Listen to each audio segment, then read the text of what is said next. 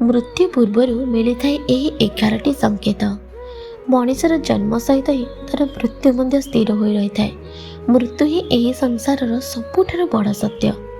भगवान अवतार मानक दिने ना दिने यही संसार छाड़ी जावाक पड़ता।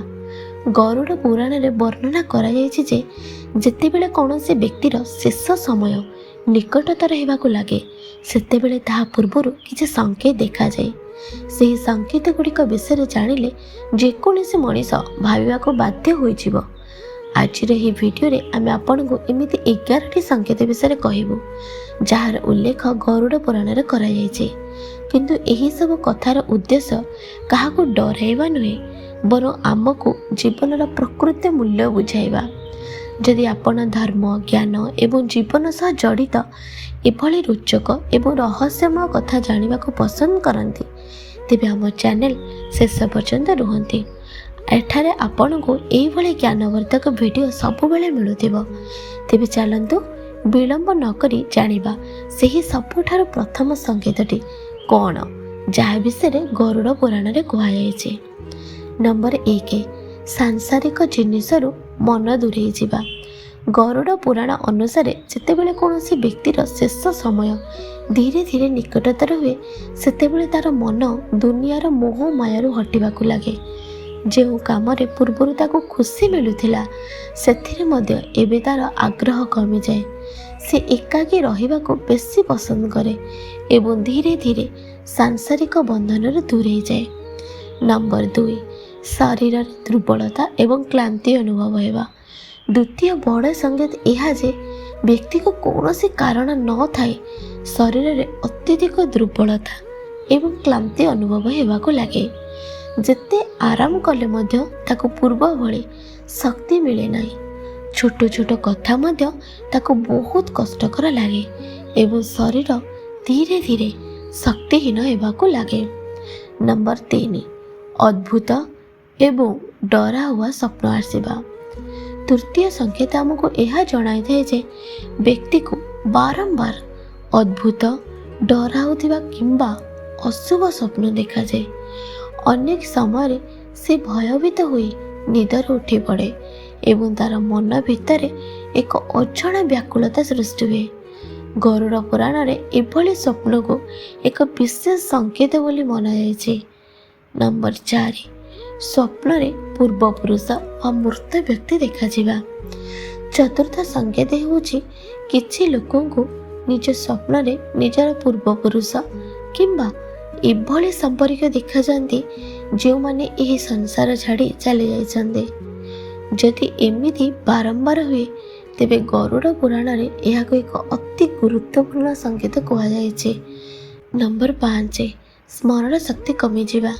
पंचम संकेत यह जे व्यक्ति धीरे धीरे छोट छोट कथा भूलिबाकू लागे।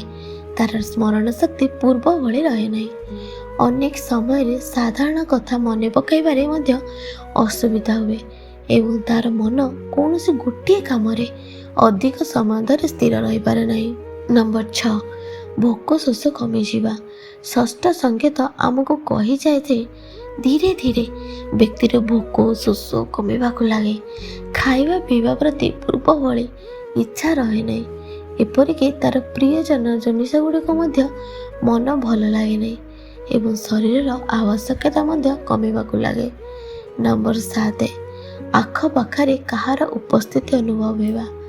सप्तम संकेत हेउछि जे व्यक्तिर स्वभाव रे हठात परिवर्तन देखा जाए। से आग अपेक्षा अधिक शांत गंभीर किंबा उदास रहिबाकू लागे। अनेक समय से लोकों सह कम कथबार्ता करे एवं निज चिंतारे बुड़ी रहे।